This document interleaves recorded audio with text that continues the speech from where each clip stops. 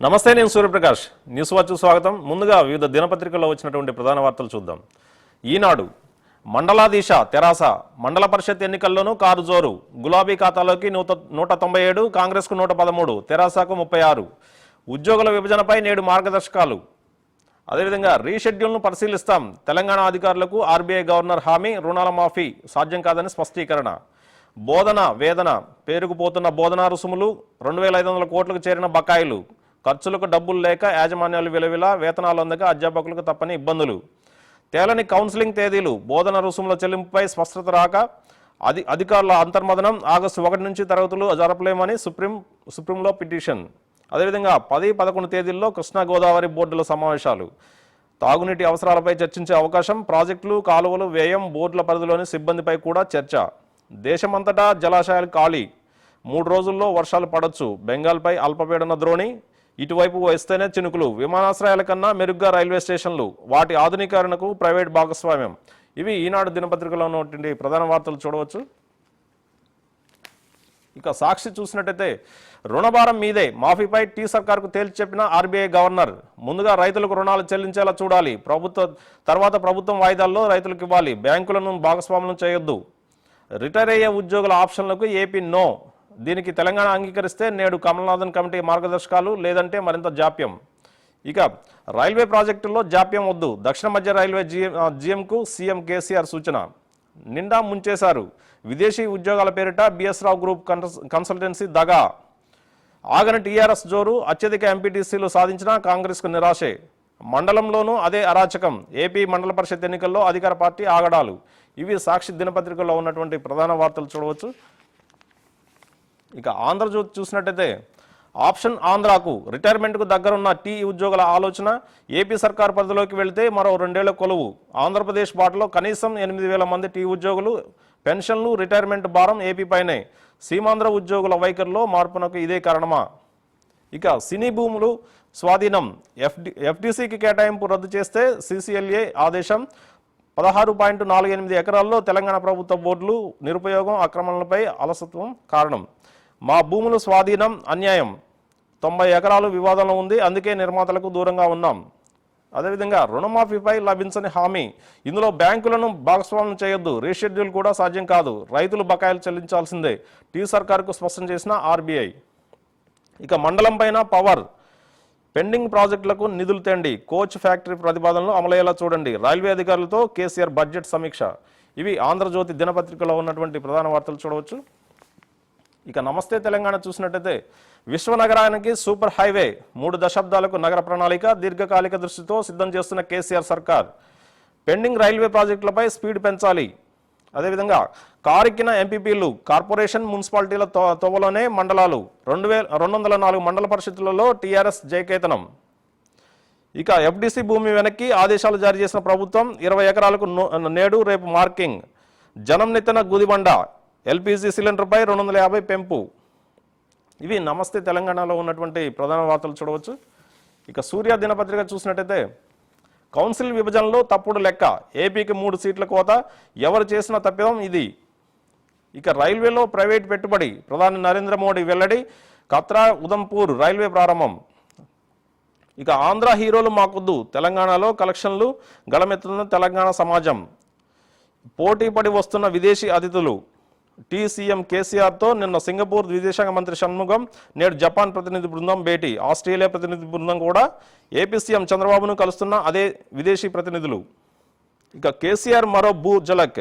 AP film development భూమి స్వాధీనం. 20 ఎకరాలు వెనక్కి తీసుకున్నట్లు ప్రభుత్వం ఉత్తర్వులు. గోవా గవర్నర్ రాజీనామా. ఇవి సూర్య దినపత్రికలో ఉన్నటువంటి ప్రధాన వార్తలు చూడవచ్చు. ఇక విశాలాంధ్ర చూసినట్టయితే ఎంపీపీ ఎన్నికలను కారుజోరు. 199 స్థానాల్లో టీఆర్ఎస్ జయబెరి. కాంగ్రెస్కు 114, టీడీపీకి 37, ఇతరులకు 21. ఆంధ్రప్రదేశ్లో తెలుగుదేశాందే ఆధిక్యత. ఇక పేలనున్న సిలిండర్ 250 పెంపునకు రంగం సిద్ధం. కేబినెట్ ముందుకు గ్యాస్, కిరోసిన్ ధరలు. చమురు మంత్రిత్వ శాఖ యోచన. ఇక సత్వరం పెండింగ్ ప్రాజెక్టులు పూర్తి. రైల్వే ప్రాజెక్టులపై సీఎం కేసీఆర్ సమీక్ష. కాశ్మీరీల మనస్సు గెలుచుకుంటాం. తొలి పర్యటనలో మోడీ శపథం. కత్రా రైలు మార్గం ప్రారంభం. వైష్ణవీదేవి ఆలయానికి సౌకర్యం. ఇవి విశాలాంధ్రలో ఉన్నటువంటి ప్రధాన వార్తలు చూడవచ్చు. ఇక ద హిందూ పత్రిక చూసినట్టయితే ఇరాక్లో బందీలైనటువంటి 46 మంది నర్సులకు సంబంధించినటువంటి వాళ్ళు రిలీవ్ అవుతున్నారని చెప్పేసి ఈరోజు కోచి వారు చేరుకుంటారని చెప్పేసి వచ్చినటువంటి వార్తను కూడా ప్రధానంగా ద హిందూ పత్రిక ప్రచురించింది. అదేవిధంగా ఆ గ్యాస్ ప్రైసెస్ హైక్ సంబంధించినటువంటి వివరాలను కూడా, అంటే కేంద్రం ముందున్నటువంటి మార్గదర్శకాలను కూడా ఆ మంత్రి వివరించినటువంటి అంశాన్ని కూడా ద హిందూ పత్రికలో చూడవచ్చు. అదేవిధంగా ఆర్బీఐ అంటే క్రాప్ లోన్స్ సంబంధించినటువంటి వివరాలను ఆర్బీఐ నో చెప్పినటువంటి అంశాన్ని కూడా ప్రధాన వార్తగా ద హిందూ పత్రిక ఇచ్చింది. టీఆర్ఎస్ తెలంగాణలో ఎంపీపీ అధ్యక్ష పదవులను ఎక్కువ స్థానంలో గెలుచుకున్నటువంటి వార్తను కూడా ద హిందూ పత్రిక ప్రధానంగా ఇచ్చింది. అదేవిధంగా ద డెక్కన్ క్రానికల్ చూసినట్టయితే 2000 కోట్ల సుమారు దాదాపు 2000 కోట్ల భూములకు సంబంధించినటువంటి తెలంగాణలో ఉన్నటువంటి భూములను వెనక్కి తీసుకున్నటువంటి అంశాన్ని కూడా ద డెక్కన్ క్రానికల్ ప్రధాన వార్తగా ఇచ్చింది. అదేవిధంగా బీజేపీ సీఎంస్కి క్యాబినెట్కి సంబంధించినటువంటి పోస్టులను కూడా ఆఫర్ చేసినటువంటి అంశాన్ని కూడా డెక్కన్ క్రానికల్లో చూడవచ్చు. అదేవిధంగా ఏపీలో డిస్ట్రిక్ట్ల సంఖ్యను, అంటే జిల్లాల సంఖ్యను 15 నుంచి 25 పెంచేటటువంటి ఆలోచనను కూడా చంద్రబాబు చేసినటువంటి ఆలోచనను కూడా డెక్కన్ క్రానికల్లో ప్రధాన వార్తగా చూడవచ్చు. అదే ఈ వివిధ దినపత్రికల్లో వచ్చినటువంటి వార్తలపై విశ్లేషించడానికి ఈరోజు రాజకీయ విశ్లేషకులు డాక్టర్ పి వేణుగోపాల్ రెడ్డి మనతో పాటు ఉన్నారు. నమస్తే అండి. మార్నింగ్ అండి. ఎంపీపీ అధ్యక్ష ఎన్నికలు చూసాం నిన్న మొత్తం కూడా ఆంధ్రప్రదేశ్లో ఇటు తెలంగాణలో.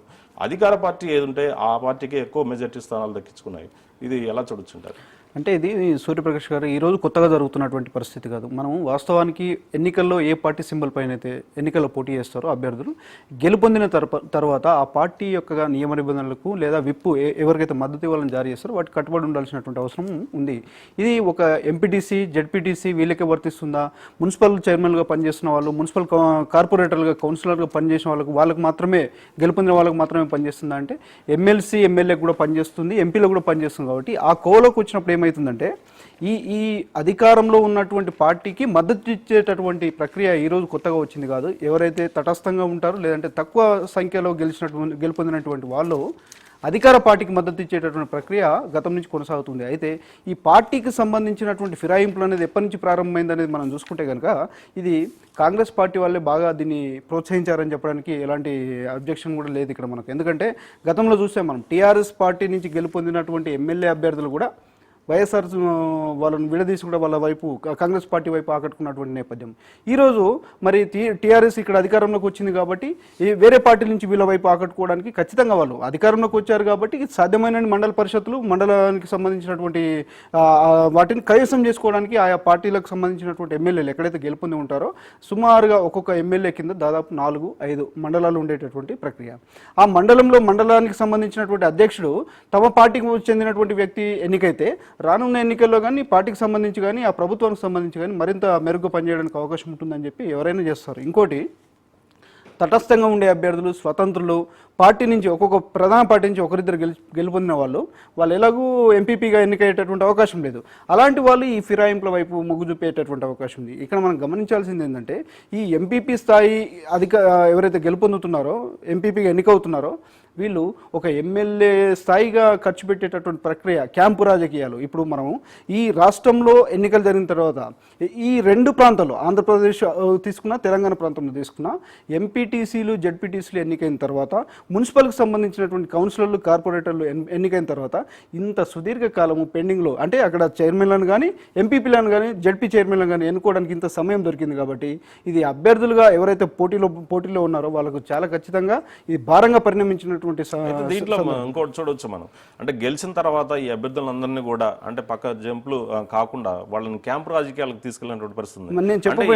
ఎన్నికల్లో కూడా చాలా ఖర్చు చేశారు. ఇప్పుడు మళ్ళీ క్యాంపు రాజకీయాలకి కూడా పెద్ద ఎత్తున ఖర్చు చేశారు తెలుసా. సూర్యప్రకాష్ గెలుపొందే వరకు ఎవరు గెలుపొందుతారో తెలియనటువంటి సందర్భం. ఉదాహరణకు ఒక మండల పరిధిలో 10 మంది ఎంపీటీసీలు పోటీలో ఉంటే కనుక అందులో 4 గెలుస్తారా 5 గెలుస్తారా వాళ్ళకి సంబంధించి ఎంపీపీగా ఆశిస్తున్నటువంటి వ్యక్తి ఖచ్చితంగా వాళ్ళు కూడా కొంత సొమ్మిస్తూ ఖర్చు పెడుతూ గెలుపొందడానికి అన్ని అవకాశాలను ప్రయత్నిస్తూనే ఉంటారు. గెలుపొందిన తర్వాత ఎంపీపీగా ఎన్నికయ్యే వరకు ఈ ఎంపీటీసీలను కానీ జెడ్పీటీసీలను కానీ కౌన్సిలర్లను కానీ కార్పొరేటర్లను కాపాడుకోవాల్సినటువంటిది ఏదైతే ఉందో ఇది చాలా ఖర్చుతో కూడుకున్నటువంటి సందర్భం. ఎందుకంటే ఒక నెల రోజులు, దాదాపు నెల పైన వీళ్ళందరినీ క్యాంపుల్లో పెట్టి, క్యాంపు రాజకీయాల్లో పెట్టి, ఇప్పుడు మనం తీసుకుంటే మీరు ఏ జిల్లాను తీసుకున్నప్పుడు కూడా ఖచ్చితంగా ఆ మండలాలకు సంబంధించినటువంటి అభ్యర్థులతోటి క్యాంపు రాజకీయాలు, వాళ్ళ ఫ్యామిలీస్ను వాళ్ళు తీసుకుని ఇతర రాష్ట్రాలకు ఇక్కడ ఉంటే వాళ్ళకు మొబైల్లో అందుబాటులో ఉండవు, లేకపోతే లేకపోతే ఎక్కడ క్యాంపు నడుస్తుందని తీసుకెళ్ళి వాళ్ళ ఫ్యామిలీ మెంబర్స్ని తీసుకొచ్చేటటువంటి ప్రమాదం ఉందని చెప్పి గోవా లాంటి ప్రాంతాలకు, ఇటు బెంగళూరు లాంటి ప్రాంతాలకు, ఢిల్లీ, వారణాసి లాంటి ప్రాంతాలకు ఇవి ఏమవుతుందంటే చాలా ఖర్చుతో కూడుకున్నటువంటిది.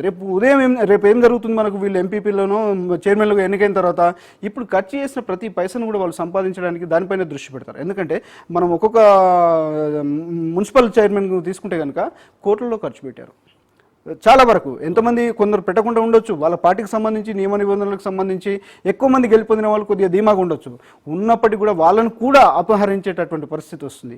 మనం నిన్న చూస్తున్నాం నల్గొండ జిల్లాలో 1-2 సంఘటనల్లో ఎంపీపీగా గెలుపొందిన తర్వాత ప్రమాణ స్వీకారం చేసే ముందు ఆ సమయంలోనే అరెస్ట్ చేసినటువంటి సంఘటనలు చూస్తున్నాం. ఎందుకంటే ఇతర పార్టీలకు సంబంధించినటువంటి అభ్యర్థులు గైర్హాజరు కావడానికి లేదా వాళ్ళను అపహరించారని చెప్పి కిడ్నాప్ చేశారు. ఇదంతా ఏం జరుగుతుందంటే ఇది తప్పుడు సంకేతాలు ప్రజలకు ఇస్తున్నారు. అంటే పార్టీ సింబల్ మీద గెలిచినటువంటి అభ్యర్థులు అంటే పార్టీ ఫిరాయింపులకు పాల్పడటం అనేది ఎంతవరకు కరెక్ట్ అంటారు?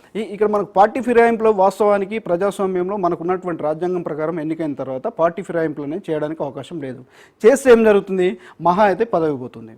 వీళ్ళేం ఆశిస్తున్నారు, 5 సంవత్సరాలు నేను పదవులో ఉంటే కౌన్సిలర్గా ఉన్నా, ఎంపీటీసీగా ఉన్నా, జెడ్పీటీసీగా ఉన్నా నేను సంపాదించేది ఎంత, నాకు ఉన్న ఫలంగా గెలుపొందగానే వాళ్ళు ఇస్తున్నారు కదా ఎదుటి పార్టీ వాళ్ళు, నా పదవి ఉంటే ఏంది పోతే ఏంది, మళ్ళీ బై ఎలక్షన్ వచ్చినప్పుడు నేను చూసుకుంటా నాకే టికెట్ ఇస్తా అంటున్నారు కదా, ఈ ఇచ్చిన సొమ్మును తీసుకొని నేను మద్దతు ఇస్తాను అనేటటువంటి ధోరణి ఏదైతే ఉందో ఇది తప్పుడు ధోరణి. అయినప్పటికీ ఇది బాగా డెవలప్ అవుతుంది కాబట్టి ఖచ్చితంగా వీళ్ళు ఇవన్నీ కూడా దృష్టిలో పెట్టుకొని ఎంత వీలైతే అంత ఎక్కువ మొత్తంలో మాట్లాడుకొని ఇదంతా లోపాయికారిగా మాట్లాడుకొని వాళ్ళు ఫిరాయింపుల చట్టం కింద కంప్లైంట్ చేయడం, వాళ్ళ నిర్ణయం తీసుకోవడం, నా పదవి పోవడం, పోయిన తర్వాత వచ్చే బై ఎలక్షన్లో నాకే సీట్ వస్తుంది కదా, నేనే గెలుపొందుతాను కదా, ఇప్పుడైతే నాకు సొమ్ము కొంత వస్తుంది కదా అనేటటువంటి ఉద్దేశం మీద అవుతుందో ఇది దురుద్దేశపూర్వకమైనటువంటిది. ఇది ఇప్పుడు జరిగింది కాదు, కొత్తగా గతం నుంచి చూస్తున్నాం మనం. 10-15 సంవత్సరాల నుంచి ఎక్కువ మొత్తంలో జరుగుతున్నటువంటి ఇది పార్టీ ఫిరాయింపులకు సంబంధించి. కానీ ఎమ్మెల్యేలను 10-12 మందిని చీల్చి తమ పార్టీలో విలీనం చేసుకున్నటువంటి ప్రభుత్వాలు మన రాష్ట్రంలో ఉన్నాయి. ఇప్పుడు కాంగ్రెస్ వాళ్ళు వచ్చి కొత్తగా మా వాళ్ళను అపహరించారు, ప్రభుత్వం అన్యాయం చేస్తుంది, ఇది లేకపోతే ఇప్పుడు టీఆర్ఎస్ అధికారంలో ఉంది కాబట్టి అది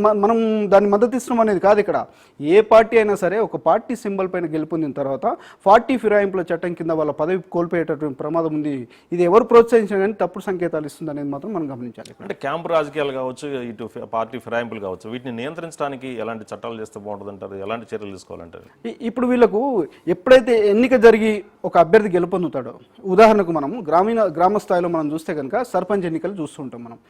మధ్యాహ్నం 3 గంటల వరకు ఎన్నికలు జరిగిన తర్వాత 3 గంటల నుంచి 5 గంటల వరకు కౌంటింగ్ జరిగిన తర్వాత అదే రోజు అక్కడ సర్పంచ్ని ఎన్నుకోవడం, ఉప సర్పంచ్ని ఎన్నుకోవడం, వీళ్ళకి ప్రమాణ స్వీకారం చేయడం లాంటి తంతు చూస్తూ ఉంటాం మనం.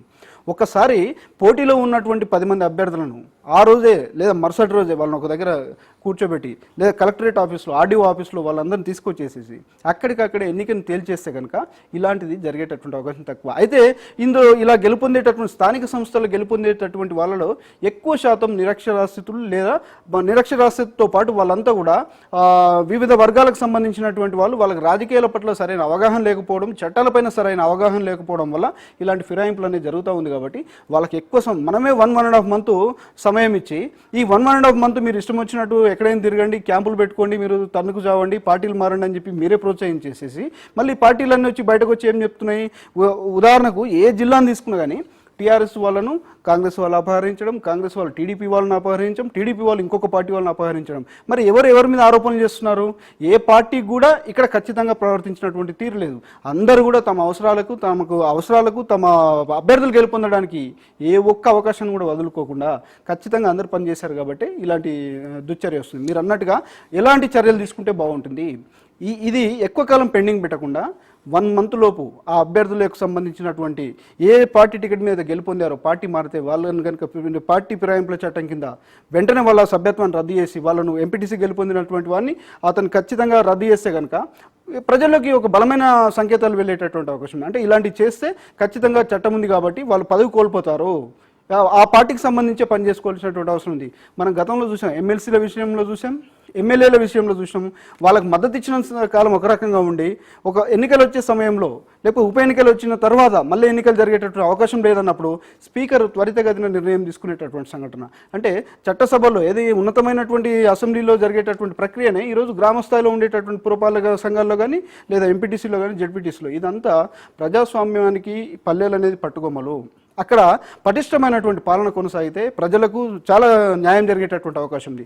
ఎప్పుడైతే మనం ఈ క్యాంపు రాజకీయాలు, నగదు బదిలీ చేయడము, ఎక్కువ మొత్తంలో నగదు ఇచ్చి కొనుగోలు చేస్తున్నామో వీళ్ళకు వచ్చేటటువంటి సంక్షేమ కార్యక్రమాలకు సంబంధించిన ఫలాలు ఈ రాజకీయ నాయకులు వారి అనుయాయులు తినేటటువంటి ప్రమాదం ఉంది. ఇది ప్రజలకు చేరడానికి అవకాశం తక్కువ. మరొక అంశం చూసినట్టయితే ఉద్యోగుల విభజనకు సంబంధించి కమల్నాథన్ సిఫారసులు కూడా ఈ రోజు రాబోతున్నాయి. అంటే టీ ఉద్యోగులు అంటే ఆప్షన్ అనేది ఉన్నట్టయితే టీ ఉద్యోగులు ఎక్కువగా ఆంధ్రాకే మొగ్గు చూపే అవకాశాలు కనిపిస్తూ ఉన్నాయి. అక్కడ పదవి విరమణ వయసు 60 ఏళ్ళుగా ఉండటం వలన అంటే దీన్ని ఎలా చూడొచ్చు అంటే ఎస్పీ గారు ఇక్కడ మనం 2 అంశాలండి. ఒకటేమో కమల్నాథన్ కమిటీ వాళ్ళు ఏదైతే రూపొందించారో మార్గదర్శకాలు వాటిని జారీ చేయడానికి తెలంగాణకు సంబంధించినటువంటి కీలకమైన 2 అధికారులు ఈ ఆర్బీఐతో చర్చల్లో భాగంగా ముంబైకి వెళ్ళారు కాబట్టి నిన్న ఆగిపోయింది. ఇవాళ మార్గదర్శకాలు వస్తాయని ఒకవైపు వార్తలు వస్తున్నాయి.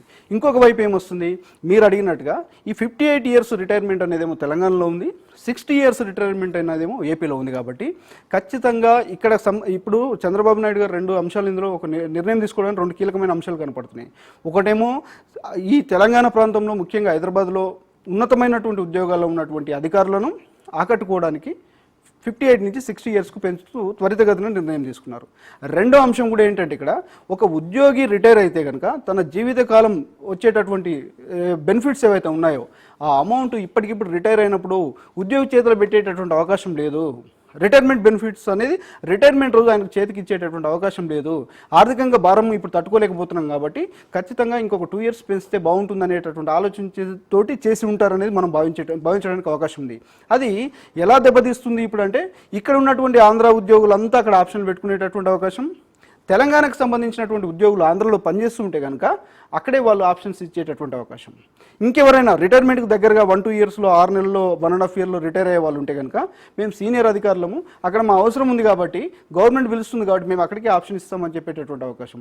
ఇది ఓవరాల్గా చూసుకుంటే ఏమవుతుందంటే ఇక్కడ నుంచి ఉద్యోగులు అక్కడ తరలి వెళ్ళడానికి, ఈ రిటైర్మెంట్ దగ్గర ఉన్న వాళ్ళు అక్కడ వెళ్ళడానికి ఖచ్చితంగా అవకాశం అనేది కనపడతా ఉంది. ఇవన్నింటిని కూడా 2 రాష్ట్రాలకు సంబంధించినటువంటి ఆర్థిక శాఖ నిపుణులు, చీఫ్ సెక్రటరీలు ఒప్పుకుంటేనే ఆ మార్గదర్శకాలు బయటకు రావడానికి అవకాశం ఉంది. ఇవి ఒప్పుకోకుండా మార్గదర్శకాలు ఇప్పుడు వస్తాయి, సంతకం పెడితే అయిపోతుంది, ఇంకో గంటలు వస్తాయి అనడానికి లేదు. ఈ 2 రాష్ట్రాలకు సంబంధించినటువంటి కార్యదర్శుల స్థాయిలో ఆర్థిక రంగ నిపుణులతోటి ఖచ్చితంగా మళ్ళీ చర్చలు జరిగేటటువంటి అవకాశం ఉంది. అయితే ఏపీ ప్రభుత్వం కొన్ని నియమ నిబంధనలను, షరతులను ఇందులో పెట్టడానికి కమల్నాథన్ కమిటీ అంగీకరించింది అనేది మనకు వార్తలు వస్తున్నాయి. అది ఎంతవరకు సమంజసము, దాన్ని తెలంగాణ ప్రభుత్వం ఎంతవరకు ఆక్షేపిస్తుంది, వాటిని ఎంతవరకు ప్రోత్సహిస్తుంది అనేది కూడా మనం ఇప్పుడు తీసుకునే నిర్ణయం పైన ఆధారపడి ఉంటుంది. ఖచ్చితంగా ఇక్కడి నుంచి ఉద్యోగులు అక్కడికి తరలి వెళ్ళడానికి చంద్రబాబు నాయుడు గారు చేసినటువంటి ప్రయత్నం ఏదైతే ఉందో అది పాజిటివ్ కోణంతో పాటు అంతకుమించి నెగిటివ్ అనేది కూడా ఎక్కువగా వాళ్ళ ఆ ప్రభుత్వం మీద పడే. తెలంగాణ సీఎం ఫస్ట్ చేసినట్టుగా అంటే ఆప్షన్లు ఉండవు, ఎక్కడ ఉద్యోగులు అక్కడే పనిచేయాలని చెప్పేసి ప్రకటన చేశాడు. అంటే ఇప్పుడు చూసినట్టయితే కొంత సైలెంట్ అయినట్టుగా తెలుస్తూ ఉంది. అంటే భారం తగ్గించుకోవడానికి ఇలా వ్యవహరిస్తున్నారని భావించవచ్చుంటారా? ఇప్పుడు కేసీఆర్ గారు వ్యూహాత్మకంగా వ్యవహరించారా లేకపోతే కాల్చుకునే కాముగా ఉన్నారా అనేది పక్కన పెడితే కనుక చంద్రబాబు నాయుడు గారు సుదీర్ఘ పాలనా అనుభవం ఉన్నటువంటి వ్యక్తి ఈ నిర్ణయం తీసుకునే ముందు, ప్రకటించే ముందు వచ్చేటటువంటి కాన్సిక్వెన్సెస్ ఏముంటాయి అనేది ముందుగా ఊహించలేరు అనుకోవడానికి లేదు. అయితే అతనికి సలహా ఇచ్చిన వాళ్ళు కానీ ఈ నిర్ణయాన్ని ప్రకటించడంలో కానీ కాస్త తొందరపాటుగా ఏమైనా నిర్ణయం తీసుకున్నారు అనేది ఇప్పుడు ఉద్యోగుల్లో ఏర్పడినటువంటి గందరగోళం కానీ, మార్గదర్శకాల జారీకి సంబంధించి కమల్నాథన్ కమిటీ మీద వస్తున్నటువంటి ఒత్తిడి కానీ ఇవన్నీ చూస్తే మీరు అడిగినట్టుగా ఖచ్చితంగా మనకు కనపడతా ఉంది. మనం ఒకటే అనుకున్నాం, అతను భావించింది ఏంటి ఇప్పుడు అంటే ఇప్పటికిప్పుడు ఉద్యోగులు రిటైర్ అయితే వాళ్ళకి మేము బెనిఫిట్స్ ఇవ్వలేని పరిస్థితిలో 2 సంవత్సరాలు పెంచే అవకాశం ఉంది అనేటటువంటి పాయింట్ తీసుకొని ఉంటాడు. కానీ తర్వాత వచ్చేటటువంటి ప్రమాదాన్ని పసిగట్టలేదేమో అనడానికి మనకు ఇప్పుడు కారణం కనపడుతుంది. ఉదాహరణకు ఒక 6,000 మంది తెలంగాణ ఎంప్లాయీలు సీమాంధ్రలో పనిచేస్తున్నారు. 2 సంవత్సరాలు పదవీ కాలం పెరుగుతున్నప్పుడు వాళ్ళు తెలంగాణ రావడానికి ఇంతకాలం ఇప్పుడు 55 ఏళ్ళు 56 ఏళ్ళు పనిచేసినటువంటి వ్యక్తి 2 సంవత్సరాలు అక్కడే ఉండడానికి ఎలాంటి ఇబ్బంది పడాడు. ఎందుకంటే ఇంతకాలం ఉన్నటువంటి జీతాలతో పోల్చుకుంటే ఈ గత 5 సంవత్సరాలుగా వస్తున్నటువంటి జీతాలు రెట్టింపు అయ్యాయి. ఇప్పుడు పిఆర్సీ వచ్చిన తర్వాత మరింత జీతం పెరిగేటటువంటి అవకాశం ఉంది. రిటైర్ అయ్యి ఇంట్లో కూర్చొని చేసేటటువంటి పని ఏమి ఉండదు. మనిషి యొక్క జీవన ప్రమాణం ఏదైతే ఉందో సగటు వయస్సు అనేది బాగా పెరిగింది.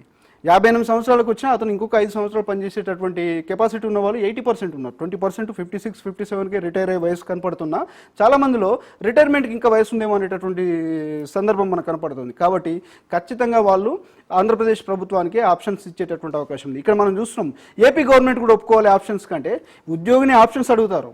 ఇచ్చినటువంటి ఉద్యోగిని అతను ఉండాలా వద్దా రావాలా వద్దా అని చెప్పి మళ్ళీ ఏపీ ప్రభుత్వం నిర్ణయం తీసుకుంటుందంటే ఇది ఖచ్చితంగా అది మోసం చేస్తున్నట్టే వస్తుంది.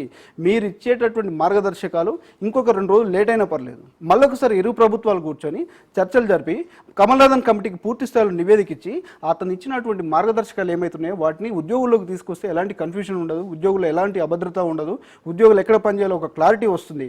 మీరు ఇక్కడి నుంచి అక్కడికి, అక్కడి నుంచి ఇక్కడికి ఉద్యోగులు మారిన తర్వాత ఇటు ప్రభుత్వం కానీ అటు ప్రభుత్వం కానీ నిర్ణయాన్ని మార్చుకున్నాయి అనుకోండి, ఈ కుటుంబాలు ఎవరైతే ఉద్యోగులకు సంబంధించినటువంటి కుటుంబాలు ఇబ్బంది పడేటటువంటి పరిస్థితి వస్తుంది. చాలా క్లారిటీతో ఖచ్చితమైన మార్గదర్శకాలు జారీ చేస్తే కనుక ఈ ఉద్యోగులు కూడా ఎలాంటి అభద్రత అనేది ఉండదు. అంటే తెలంగాణ ప్రభుత్వం ఆప్షన్ లేదని చెప్పేసి మొదట చెప్పినప్పటికీ కూడా ఇప్పుడు ఆంధ్రప్రదేశ్ ప్రభుత్వం ఆప్షన్లు ఉండవు అని చెప్పే పరిస్థితి వచ్చింది. అంటే కమల్నాథ్ కమిటీ మధ్యవర్తిత్వంతో ఇది పరిష్కారం అయ్యే అవకాశాలు ఉన్నాయంటారా? ఖచ్చితంగా పరిష్కారం అయ్యేటటువంటి అవకాశం లేదు. ఇక్కడ మనం ఎందుకు చూడాల్సి వస్తుందంటే ఈ అంశాన్ని, కేసీఆర్ గారు తన కోర్టులో తానే ఉండేటటువంటి సమయంలో నుంచి అతన్ని సేఫ్ మోడ్లోకి చంద్రబాబు నాయుడు గారు తీసుకెళ్లారు. అలాంటప్పుడు కేసీఆర్ గారు దాని గురించి మాట్లాడాల్సినటువంటి అవసరం లేదు. అంటే సెల్ఫ్ గోల్ చేసుకొని చంద్రబాబు నాయుడు గారు తాను నిలబడ్డారు కాబట్టి కేసీఆర్ గారు దాని గురించి పట్టించుకోకుండా వేరే అంశాలపైన వేరే వాటిపైన కాన్సన్ట్రేట్ చేస్తున్నారు. ఇక్కడ మనం ఖచ్చితంగా గమనించాల్సింది ఏంటంటే ఈ విషయంలో చంద్రబాబు నాయుడు గారు కాస్త తొందరపడ్డారేమో. దానివల్లనే ఇప్పుడు వస్తున్నటువంటి ఇప్పుడు ఒకవైపు ఏమో ఉద్యోగులను ఆకట్టుకోవడానికి మేము ప్రకటించాం, ఉద్యోగులకు హామీ ఇస్తున్నామని చెప్తూనే మళ్ళీ ఆప్షన్స్ ఇచ్చే ముందు ఆ ఉద్యోగికి సంబంధించినటువంటి ఆప్షన్లు మేము యాక్సెప్ట్ చేయాలని ప్రభుత్వం మీద మెలికలు పెడుతుంది. ఇది కరెక్ట్ కాదు. ఈ మెలికలు పెట్టకుండా, కండిషన్స్ పెట్టకుండా ఖచ్చితంగా ఇరు ప్రభుత్వాలు కూర్చొని ఇటు అటు సంబంధించినటువంటి ఉద్యోగుల యోగక్షేమాలు, వాళ్ళకి సంబంధించినటువంటి రేపు రిటైర్ అయిన తర్వాత ఎలాంటి ఇబ్బంది లేకుండా రిటైర్మెంట్ రోజే వాళ్ళకి రావాల్సినటువంటి అన్ని బెనిఫిట్స్ చేతికి అందించేటటువంటి ప్రభుత్వం ఉంటే ఉద్యోగుల్లో భద్రత వస్తుంది, వాళ్ళు పనిచేసేయడానికి కూడా మరింత అవకాశం కల్పిస్తుంది. ఫీజు రియంబర్స్మెంట్ విషయంలో కూడా 2 రాష్ట్ర ప్రభుత్వాల మధ్య వివాదం కొనసాగుతూ ఉంది. అంటే 1956 ముందు ఉన్నటువంటి విద్యార్థులకు మాత్రమే ఫీజు రియంబర్స్మెంట్ ఇస్తాం, ఆ తర్వాత ఎవరికి ఇవ్వని చెప్పేసి తెలంగాణ ప్రభుత్వం తేల్చి చెప్పింది.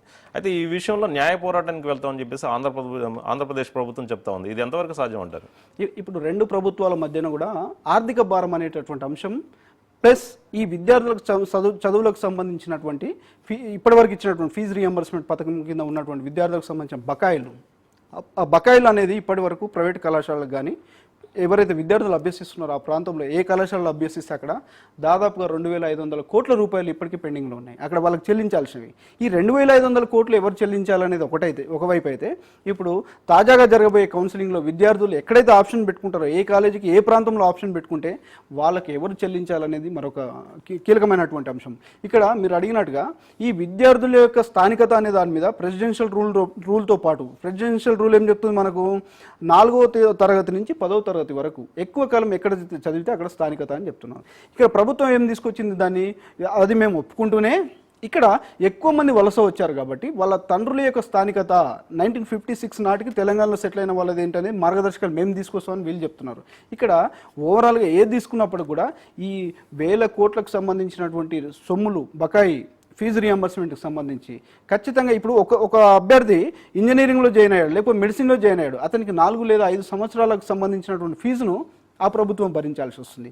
మా పిల్లలకు సంబంధించి మేము ప్రభుత్వం భరిస్తామని వీళ్ళు చెప్తా ఉంటే అక్కడ వాళ్ళు ఏం చెప్తున్నారు, మా విద్యార్థులకు అన్యాయం చేస్తారా, మా ప్రాంతానికి సంబంధించి మీ దగ్గర జాయిన్ చేస్తే అన్యాయం చేస్తారని వాళ్ళు చెప్తున్నారు. ఉదాహరణకు 70% తెలంగాణ ప్రాంతంలో ఆప్షన్ తీసుకునేటటువంటి అవకాశం ఉంది విద్యార్థులు. ఈ 70%లో 20-30% మెంబర్స్ ఆంధ్ర ప్రాంతం నుంచి ఇక్కడ సెటిల్ అయిన వాళ్ళు ఉండేటటువంటి అవకాశం ఉంది. అంటే వీళ్ళు ఇక్కడే పుట్టవచ్చు, ఇక్కడే చదువు ఉండొచ్చు. కనుక ఈ మొత్తం భారం మేము భరించడం మాత్రం కాదని తెలంగాణ ప్రభుత్వం చెప్తుంది. కాబట్టి ఇవన్నీ కూడా ఖచ్చితంగా విద్యాశాఖ మంత్రుల స్థాయిలో, ఆయా శాఖలకు సంబంధించినటువంటి కార్యదర్శి స్థాయిలో, ఆర్థిక రంగ నిపుణుల దగ్గర చర్చలు జరిపి విద్యార్థుల తల్లిదండ్రులు ఎలాంటి కన్ఫ్యూజన్ క్రియేట్ కాకుండా 2 ప్రభుత్వాలు భరోసా ఇస్తే తప్ప ఇప్పుడు కౌన్సిలింగ్ ప్రక్రియ జరిగేటటువంటి అవకాశం లేదు. సుప్రీంకోర్టు గైడ్లైన్స్ కూడా ఉన్నాయి. ఆగస్టు 1 నుంచి విద్యా సంవత్సరం సంబంధించినటువంటి అకాడమిక్ ఇయర్ స్టార్ట్ అవ్వాలి. ఎందుకంటే మనం జాతీయ స్థాయిలో జరిగేటటువంటి అనేక పరీక్షల్లో మనం వెనకబడిపోతున్నాం. ఈ పోర్షన్ కంప్లీట్ కాబట్టి వెనకబడుతున్నాం. కాబట్టి సుప్రీంకోర్టు ఒక గైడ్లైన్స్ ఇచ్చింది, ఆగస్ట్ 1 నుంచి మీరు ఖచ్చితంగా క్లాసులు స్టార్ట్ చేయాలని.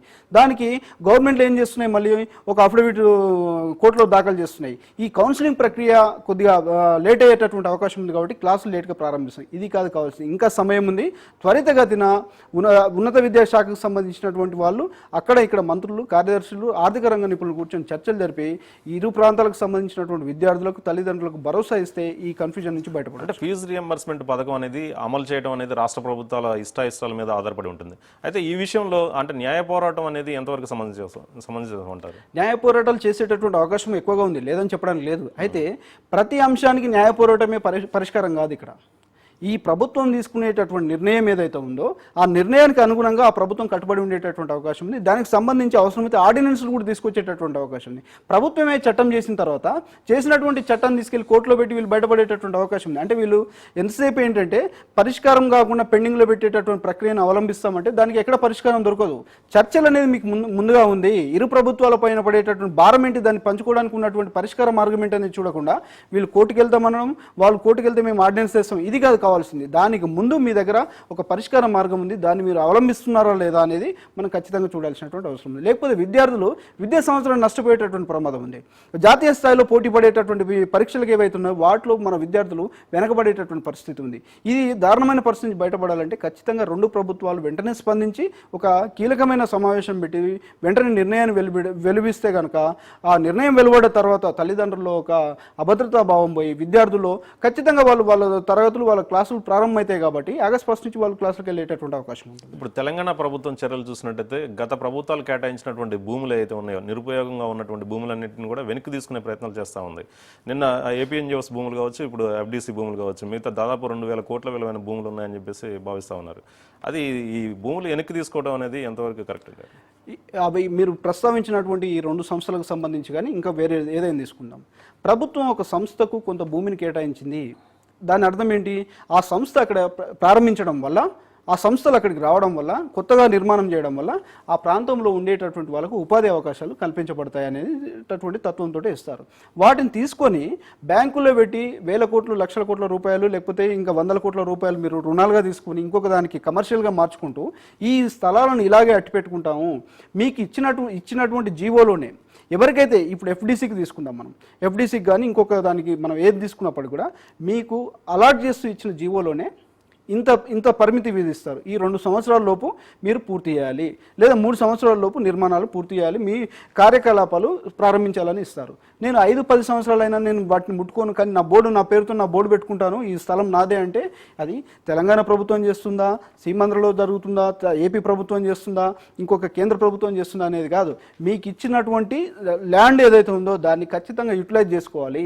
తక్కువ రేటుకు, మార్కెట్ కన్నా తక్కువ రేటుకు అక్కడ వ్యవసాయం చేసుకునేటటువంటి వాళ్ళకు, ప్రైవేట్ వ్యక్తులకు సంబంధించినటువంటి భూమిని కూడా బలవంతంగా లాక్కొని ఒక సంస్థకు, ఒక కంపెనీకి, ఒక పారిశ్రామికవేత్తకు అప్పచెప్తే అది తీసుకెళ్లి బోర్డు పెట్టుకుని దానికి పూజలు చేయడానికి కాదు, అక్కడ మీరు నిర్మాణాలు చేయాలి. మీరు ఏ కంపెనీకి ఉద్దేశించి ఆ స్థలాన్ని కేటాయించారో అక్కడ మీరు పని ప్రారంభించండి. దానివల్ల ఉపాధి అవకాశాలు మెరుగుపడతాయి, నిరుద్యోగులంతా అందులో పనిచేసుకునేటటువంటి అవకాశం ఉంటుంది. ఇక్కడ మనకు గజం ధర లేని పరిస్థితుల్లో 100 ఎకరాలు అప్పనంగా అప్పచెప్తే వాటిని మీరు పట్టించుకోకుండా, మీరు ఎలాంటి సంస్థలు అక్కడ నిర్మాణం చేయకుండా అలాగే అట్టు పెట్టుకుంటామంటే ఖచ్చితంగా ఇప్పుడు తెలంగాణ ప్రభుత్వం చేస్తున్నటువంటి నిర్ణయాన్ని స్వాగతించాలి. ఇంకా ఎక్కడైతే కేటాయించి నిరుపయోగంగా ఉన్నాయో సెజులు చూస్తున్నాం మనం. సెజులు అనేటటువంటిది పెద్ద లాబింగ్ జరిగి వాళ్ళు ఏం చేశారో మనందరికీ, రాష్ట్ర ప్రజలందరికీ తెలిసినటువంటి విషయమే. ఎక్కడైతే ఇప్పుడు దీనివల్ల ఏమవుతుందంటే ఎస్పీ గారు మనం గమనించాల్సింది, అక్కడ జరిగినటువంటి ప్రక్రియ 1-2 సంస్థలకు సంబంధించి మాత్రమే వెనక్కి తీసుకుంటున్నారు. కానీ 98 సంస్థలు అలర్ట్ అయ్యి నిర్మాణాలు ప్రారంభిస్తాయి, తమ కార్యకలాపాలు ప్రారంభిస్తాయి. దానివల్ల నిరుద్యోగ యువతకు ఉపాధి అవకాశాలు వస్తాయి. అంతేకాకుండా వస్తు సామాగ్రి అనేది అక్కడ ఉత్పత్తి ప్రారంభమవుతుంది. ఇది ఆహ్వానించదగ్గ పరిణామం. ఓకే, థ్యాంక్ యూ అండి వేణుగోపాల్ రెడ్డి గారు. ఇవి వివిధ దినపత్రికల్లో వచ్చినటువంటి వార్తలపై విశ్లేషణ కార్యక్రమం న్యూస్ వాచ్. నెక్స్ట్ 8 గంటల బులెటిన్ ప్రసారం అవుతుంది. Stay tune.